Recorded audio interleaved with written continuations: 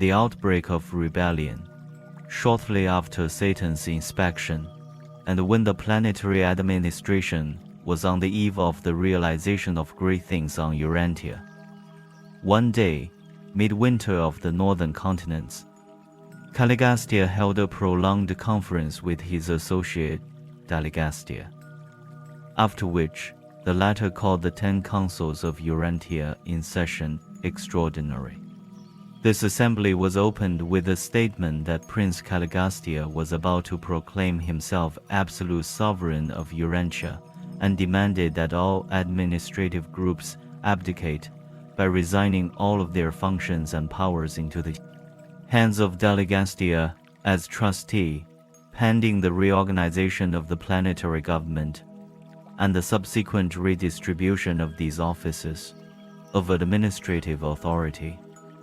The presentation of this astounding demand was followed by the masterly appeal of one chairman of the Supreme Council of Coordination.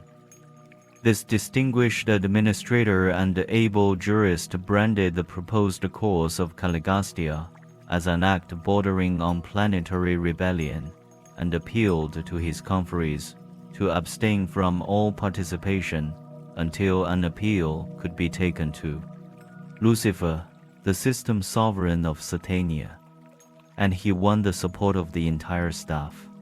Accordingly, appeal was taken to Jerusalem, and forthwith came back the orders designating Caligastia as supreme sovereign on Urantia and commanding absolute and unquestioning allegiance to his mandates.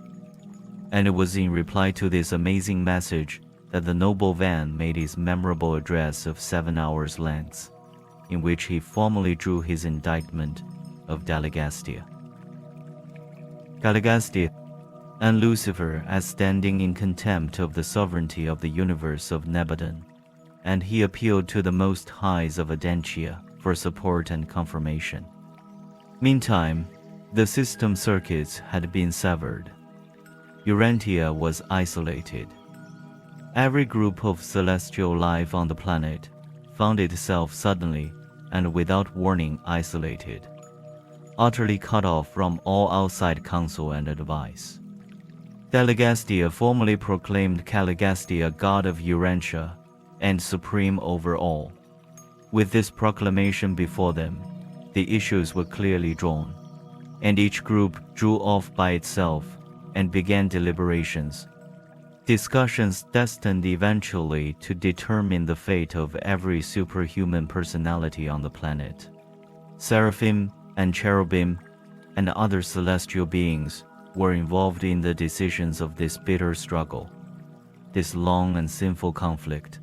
Many superhuman groups that chanced to be on Urantia at the time of its isolation were detained here, and like the seraphim and their associates, were compelled to choose between sin and righteousness, between the ways of Lucifer and the will of the unseen Father.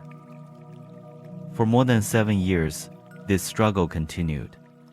Not until every personality concerned had made a final decision would or did the authorities of Urantia interfere or intervene. Not until then did Van and his loyal associates receive vindication and release from their prolonged anxiety and intolerable suspense.